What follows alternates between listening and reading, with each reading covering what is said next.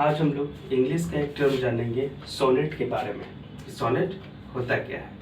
तो 14 लाइंस का जो पोएट्री होता था पहले ना, कहीं कहीं आप लोग देखे होंगे 14 लाइंस का एक पोएट्री हुआ करता था। उस पोएट्री को ही क्या कहा जाता है? हम लोग सोनेट कहते हैं।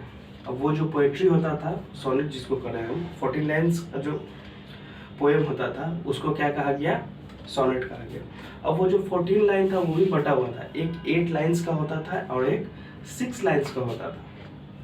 14 लाइंस का जो रहता था उसका डिवीजन था दो पार्ट में, एक 8 लाइंस का होता था और एक 6 लाइंस का होता था। यानी कि कह सकते हैं तो हम लोग दो स्टैंजा में बटा हुआ था। ठीक है, पहला स्टैंजा में 8 लाइंस की थी पोएम और दूसरे 6 लाइंस की थी।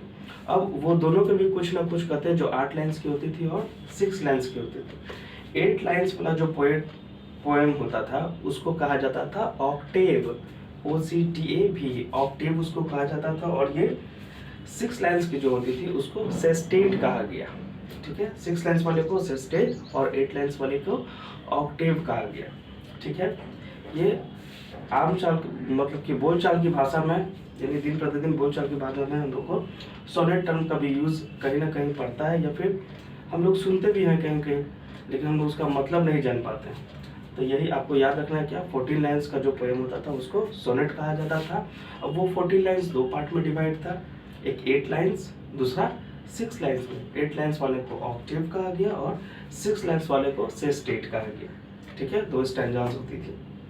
ठीक, अगर ये वीडियो आपको अच्छा लग रहा हो प्लीज़ चैनल को लाइक एंड सब्सक्राइब जरूर कीजिए। Thank you.